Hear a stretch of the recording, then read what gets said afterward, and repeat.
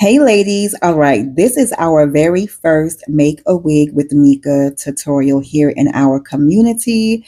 If you have any questions about anything I go over in this video, or if I miss anything, be sure to message me directly or leave your questions below. Everything you need to know about this hair, the cap, any tips that I think you will find helpful is going to be here in the post. Also find the link to my Amazon storefront to buy any of the supplies or tools that I use in this video. All right, so let's get into how to make this headband crochet wig with Kima Braid Ocean Wave. Here is a closer look of the cap I love to use for the headband crochet wig. It is available on Amazon. Of course, you can use whatever cap you want to use. I do recommend one that's made for crochet wigs. So the first thing we're going to do is secure the cap onto our wig block. Your wig block should be the circumference of your head, by the way. I typically use 2 pins in the back, 1 pin on each side, and 1 pin in the front.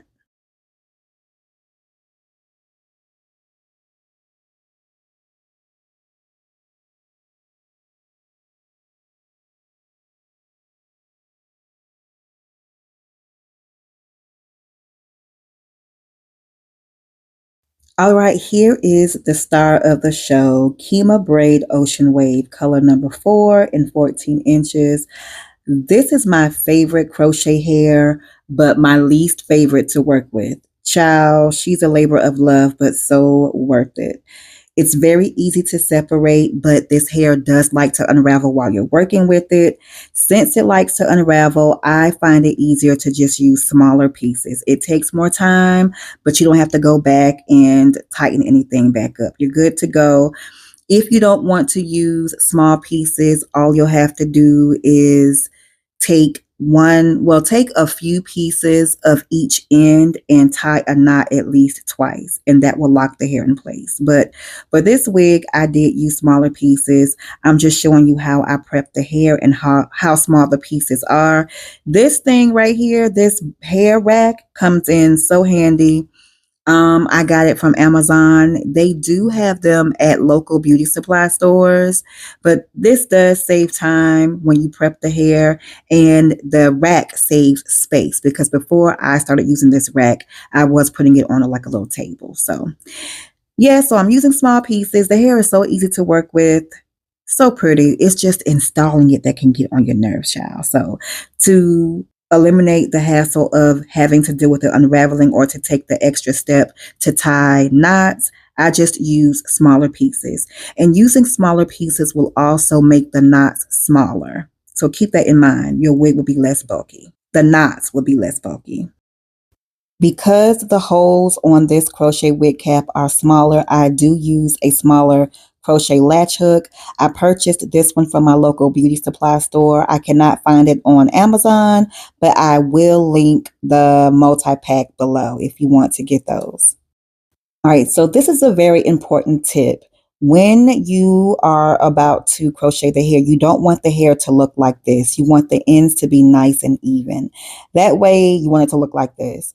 That way, the ends are nice and even. It's not choppy. You don't have to do a whole lot of trimming. So make sure the bottom, the hair is nice and lined up. So I'm going to start in the back, and remember, while working in the back, you want to space the hair out quite a bit. I say at least 2 inches, maybe even a little more. It may look like it's not enough hair, but I promise you, you will be just fine. If anything, you can always go back and add more. So space the hair out quite a bit.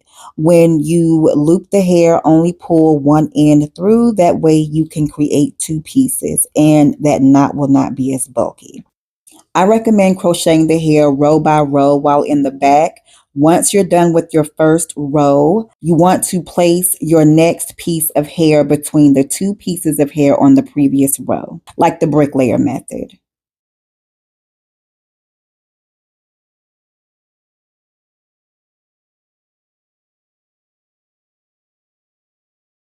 So right here, see how I am attaching the hair between the 2 pieces on the previous row.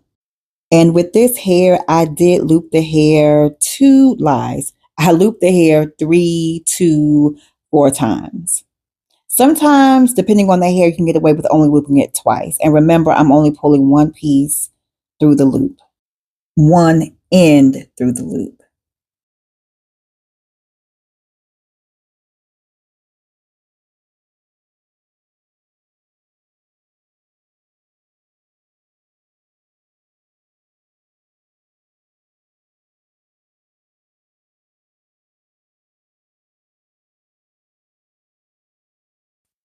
Ooh, a quick tip. If you feel like your cap is a bit too bulky, like it may be too big once you get it on your head, to tighten it up a bit, make it a little smaller, only while working in the back, you can skip past a few holes. Maybe like 3 or 4 holes, but only do this in the back. But keep in mind, you have to think about your cornrows or how you plan to wear your hair under your wig. So just be careful. If you do this, only do it in the back. And see how the hair is spaced out. I know it may look crazy. You have to trust the process. I promise you will be just fine. And if anything, you can always come back and add more.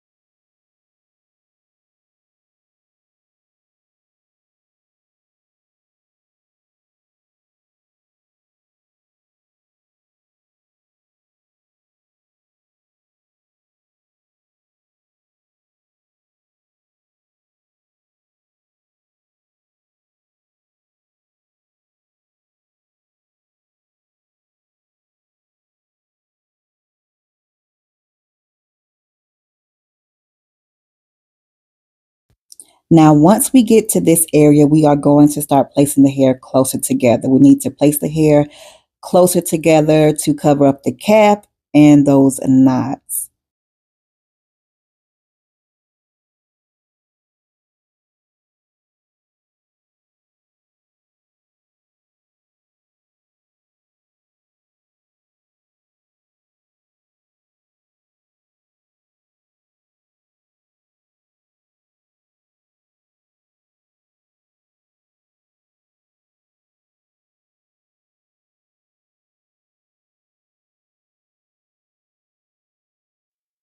While I'm working, I do like to go through the hair with my fingers. Sometimes I will add a little product and just clean up as I go. So I'll take my scissors and cut the little straggly pieces. That way, once I'm done, it's not too much work to go through and separate it.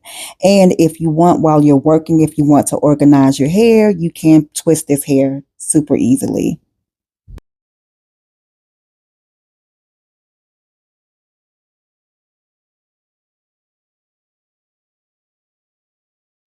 For the sides, I did not place the hair close together because for me, I don't like a whole lot of hair on the sides. Plus, the hair on top will come down to the sides and fill that in. So it's all about personal preference. Once I reach the top, I place hair in just about every single hole. This would give you the ability to move the hair in all directions and not have to worry about the knots or the cap being exposed. You'll have full coverage. So I'm going to just let you watch and I will talk to you at the end when we add the finishing touches.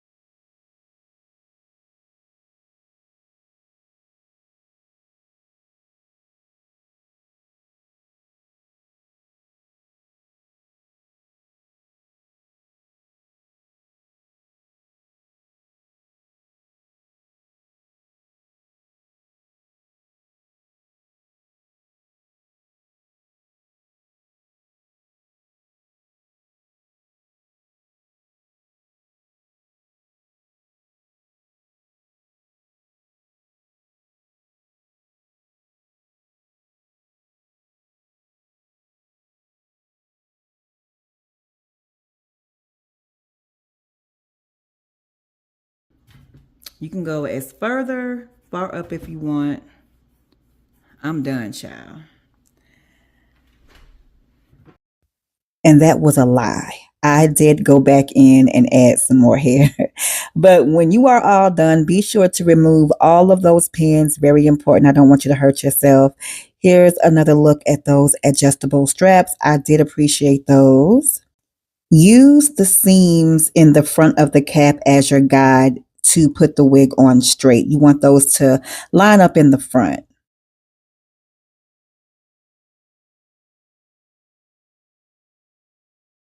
If you know, you know, Hawaiian Silky is the only product you need for your crochet braids. Highly recommend Hawaiian Silky for it. Look, had none in the bottle. Had to make it do what it do. But Hawaiian Silky is your friend. So I just go through section by section. This is a great example of how to prep your hair before you put it away in your storage bag. I like to apply some Hawaiian Silky, go through with my fingers. You can use a comb, a wide tooth comb, and just twist the hair 2 to 3 sections.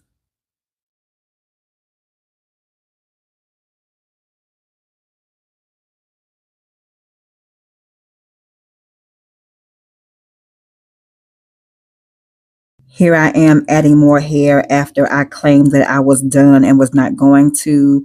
It just made it look a lot better up there because I felt like I would struggle trying to cover everything up. I do plan to put a headband over this band.